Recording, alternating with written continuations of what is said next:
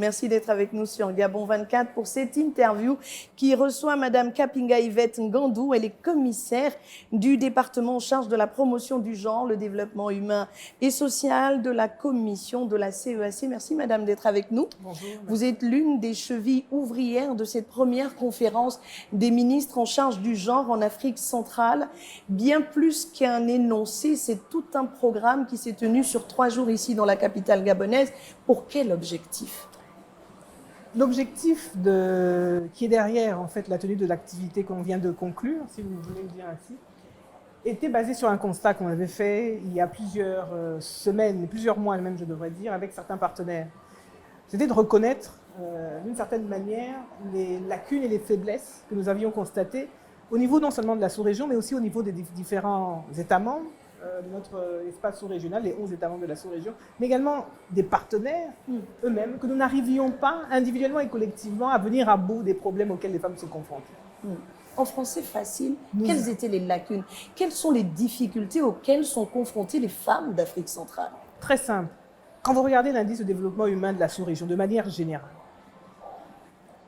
vous noterez qu'en ce qui concerne, et c'est un outil pour mesurer justement l'indice de développement humain de tous les États du monde, qui est mis en œuvre et évalué chaque année par le PNUD, pour déterminer réellement de manière réelle et systémique quels sont les efforts entrepris par les États membres pour renforcer le capital humain dont ils disposent, pour arriver à développer non seulement leur État, mais également les sous-régions auxquelles ils appartiennent. En analysant les données, et de manière empirique, et sur une période de 10 ans, on a noté que les femmes, malgré... Elle a le papier sur la main. Ah, ça dérange. Qu'est-ce qu'on fait? On reprend? On reprend, oui. En regardant l'indice de développement humain, oui. C'est bon. J'enlève même la bague. Ça peut déranger aussi. D'accord, c'est bon.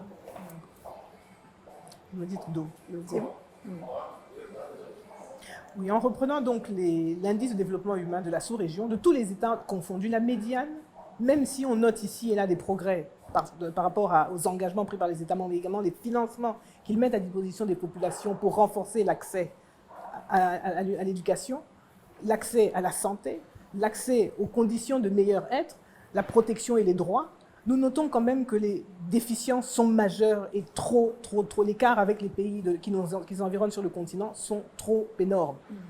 Et donc, pour certains d'entre eux, nous constatons quelquefois 3/4 des évolutions que nous devrons entreprendre dans les différents pays n'arrivent pas à être comblées. Et donc, la décision que nous avons prise, c'est de trouver des voies et moyens pour essayer de travailler ensemble, pour identifier quelles étaient les faiblesses.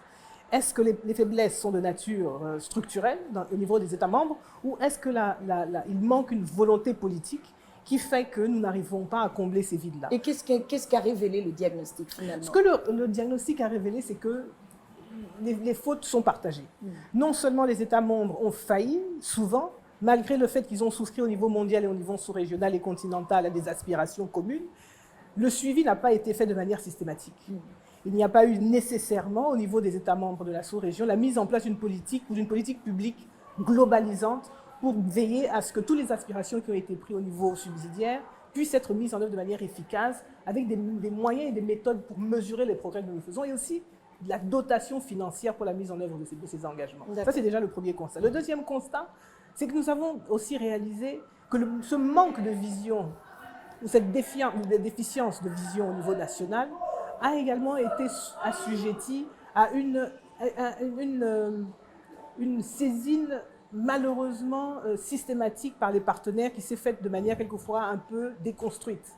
Nous avons constaté qu'il existait fort heureusement quelques projets et programmes au niveau de certains États membres pour essayer de combler de manière très ad hoc, très aléatoire tous ces sujets-là, mais parce que c'était fait de manière très aléatoire, il manquait la capacité de vraiment venir à bout de ces sujets-là. Donc c'était nécessaire que l'on définisse de manière systématique et concrète une vision commune et qu'on aide les États membres à définir aussi au niveau national des politiques publiques qui sont beaucoup plus construites et qui prennent qui se basent sur le réel, sur le réel et les véritables aspirations de leur population et non pas sur des agendas empruntés par des partenaires qui viennent vous proposer des agendas précuits, avec un financement certes généreux, mais qui ne tiennent pas compte de la réalité. Et la réalité est telle que 50,11%, je pense que c'est ce que représente la femme de l'Afrique centrale. Dans certains États, ça va même au-delà de ça. Au-delà de ça. Mais cette femme de l'Afrique centrale n'est pas la femme qui va dans le bureau. Cette femme qui souffre en Afrique centrale, qui mérite une attention particulière, et cette femme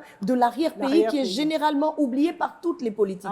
Qu'est-ce que cette conférence de Libreville va changer? Alors, la partie innovante que nous avons apportée à cette conférence, c'est d'abord d'avoir mis dans la même salle non seulement les personnes que vous appelez, qu'on appelle communément les femmes leaders, avec les femmes qui ne sont pas forcément perçues comme des femmes leaders au niveau étatique, parce qu'elles sont dans l'arrière-pays, comme vous le dites, mais qui par ailleurs jouent des rôles d'envergure dans leurs différentes communautés. Ce sont les 80% d'entre elles, en réalité, 80% des 50% de notre population, ces femmes dans les milieux ruraux. Ce sont des femmes leaders, mais pas reconnues forcément comme telles, et qui ont leur mot à dire, et qui se sont retrouvées aujourd'hui, pendant ces 2 derniers jours, enfermées dans une salle à 4 murs avec leur ministre sectoriel, pour pouvoir échanger, pour pouvoir entendre de leur bouche, leur propre bouche, quelle est leur analyse situationnelle.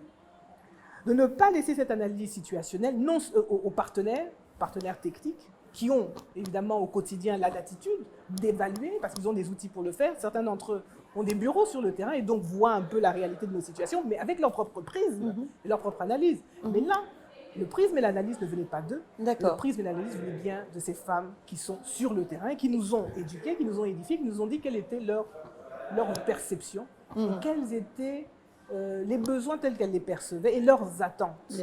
Et si je peux emprunter peut-être le mot qu'a utilisé le ministre des Affaires étrangères dans son mot de clôture, mais qui est aussi emprunté, je crois, d'autres personnalités illustres, telles que Martin Luther King, qui a dit il faut rêver grand. I have a dream. C'est un peu le slogan que nous connaissons et que nous continuons d'inculquer à nos enfants. Ici, nous avons essayé de donner la parole à ces femmes-là et de leur dire quel est votre rêve.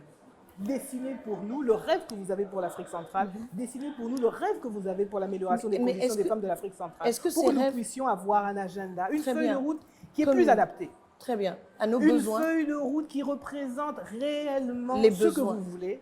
Mais non seulement ça, une feuille de route qui est en adéquation aussi avec la vision de développement de la communauté. C'est de cesser de dire que l'agenda femmes est un agenda social. Très bien. 5 axes prioritaires auxquels vous êtes parvenus au terme de ces échanges et 20 recommandations. Quelles actions immédiates? Déjà nous rappeler les 5 axes prioritaires et comment vous comptez les implémenter dans la sous-région. 22 recommandations plus ou moins, parce que certaines vont être précisées davantage. Je crois que c'est nécessaire qu'on soit aussi précis que possible.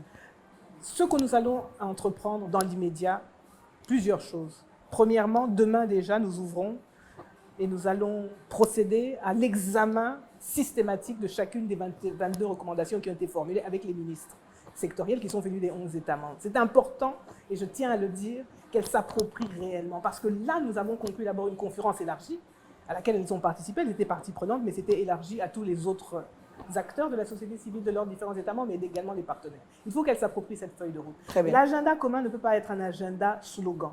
L'agenda commun ne peut pas être confiné uniquement à une conférence qui se tient tous les 2 ans à Libreville. L'agenda commun, ça doit être opérationnel et ça doit être celui des ministres elles-mêmes. Deuxièmement, l'agenda commun, ça doit dorénavant être la feuille de route, le compas des ministres sectoriels au niveau national. Il faut, et j'espère, ça c'est un plaidoyer que je fais à l'adresse de toutes les ministres, que ce soit celles du Gabon et d'ailleurs, qu'elles puissent dorénavant se référer et subordonner tous leurs programmes nationaux à cet agenda commun. Parce que l'agenda commun, qu'est-ce qu'il dit? Il dit dorénavant, nous n'avons pas fait suffisamment individuellement. C'est une reconnaissance. Nous n'avons pas pu venir à bout des problèmes auxquels les femmes de notre sous-région sont confrontées. On doit le reconnaître, ne soyons pas là-dessus, je crois. Nous l'avons reconnu, et qu'est-ce qu'on fait pour changer les choses? C'est justement ça, bâtissons différemment. Très bien, et comment? Avec cet agenda commun, nous allons mettre en place 5 axes prioritaires pour dorénavant. Paix et sécurité. Les questions de paix et de sécurité, ça relève aussi de la 1325 que tout le monde connaît, mais c'est de dire la 1325, la résolution 1325 des Nations Unies qui date maintenant, qui a fait date, qui est devenue maintenant une sorte de programme routinier des États membres. Vous avez des plans nationaux des États membres qui se font renouveler tous les 2 ans, tous les 3 ans, 5 ans, qui ne sont pas financés. Voilà. Certains disent qu'ils n'ont pas vraiment apporté. Qui n'apportent pas grand-chose. C'est de dire qu'il faut qu'on revoie ces l'appropriation politiques nationales, une meilleure appropriation, Très et bien. aussi de revoir ce qu'on entend par la participation des femmes aux processus de politique. Très bien. Parce Axe que 2. avoir des femmes à des postes de grande envergure, c'est une chose. Mais encore faut-il qu'elles aient l'impact que nous recherchons Absolument, de leur absolument. part. De un. De deux, il y a également la question des droits fondamentaux. Nous avons noté aujourd'hui la réalité. Alors nous avons vu en entendant Igando et l'égalité tout le corpus qui a été mis en place pour mieux aborder les questions des droits des femmes. C'est impressionnant. Très bien. Encore faut-il que ça soit une réalité sur le terrain. Mais nous espérons que les États membres de la sous-région vont emprunter le pas et aller aussi vers des politiques ou un corpus qui protège encore mieux les femmes de la sous-région. Ce n'est pas le cas, on est très loin du bord. Les témoignages que nous avons entendus pendant les deux jours nous ont absolument terrifiés. Que dans notre espace sous-régional, des cas tels que ceux que nous avons entendus existent encore. Donc ça, c'est une question fondamentale sur laquelle on veut travailler. Les questions liées au climat, changement climatique, c'est une thématique nouvelle, mais comme vous voyez, et je vois derrière vous la forêt de notre espace sous-régional de la CEAC, nous ne pouvons pas permettre à ce que les femmes soient marginalisées de ce débat-là. Aucun débat, aucune discussion portant sur ces questions-là ne peut se tenir dorénavant sans la voix des femmes et sans la définition de ce qu'elles souhaitent recevoir. La place des femmes aussi par rapport à tout ce qui est éthique, tout ce qui est technologie. Nous devons également renforcer leur participation et aussi nous assurer à ce qu'il y ait moins de peur ou Et c'est là où je voulais en venir, parce que les situations ne sont pas les mêmes du Congo-Brazzaville, du Congo-Kinshasa à Libreville ou de la RDC. D'un pays à l'autre. Voilà, d'un pays à l'autre. Alors, comment vous parviendrez à implémenter, là est ma question, les 5 axes prioritaires et ces 22 recommandations? Ces 22 recommandations, nous ne pouvons pas nous bluffer. Elles ne seront pas adaptées et mises en place de la même manière dans chaque pays. Nous avons l'intention, dès le mois de septembre, de réunir d'abord une première réunion avec les partenaires qui, nous espérons, vont nous accompagner. Nous avons entendu dans la salle, vous et moi, les engagements de certains d'entre eux qui ont dit que nous allons mettre un seed funding déjà pour que cet agenda ne soit pas seulement lettre morte et qu'elle commence déjà à opérationnaliser. En tout cas, c'est une manière de mettre en place le processus de démarrage de la mise en œuvre du feuille de route. Nous espérons également pouvoir poursuivre cette discussion avec la définition de programmes par pays. D'accord. Adapté par pays selon les réalités et selon les priorités. L'une des choses que l'agenda commun va éviter de faire, c'est de donner, comme on dit, un straight jacket qui va tant au Gabon qu'au Congo-Brazza qu'à Sao Tomé. Nous avons entendu que la situation de Sao Tomé est très différente de celle des autres. C'est le seul pays de la sous-région qui, il y a encore 6 mois, ne disposait même pas encore d'un appareil, d'un ministère en charge de la question. Ils ont besoin de définir déjà comment est-ce que ce secteur va opérer. Donc les besoins sont différents. D'accord. Je vous remercie donc et donc je vous permets quand même de conclure cet échange puisque nous sommes arrivés au terme et ici je vous suis, c'est qu'il y a une vision à court, moyen, à long terme à partir de cet agenda. Absolument. C'est cela. Merci beaucoup à vous. Je rappelle que vous êtes commissaire du département en charge de la promotion du genre, développement humain et social à la commission de la CEAC. Vous êtes Kapinga Yvette Ngandou. Merci de nous avoir édifiés sur toutes ces questions. On reviendra sur le même plateau de Gabon 24 un an plus tard pour voir le chemin parcouru par cette convention, cet agenda commun de la CEAC. Merci d'avoir été avec nous. À vous de nous avoir suivis. Nos programmes sur Gabon 24 se poursuivent.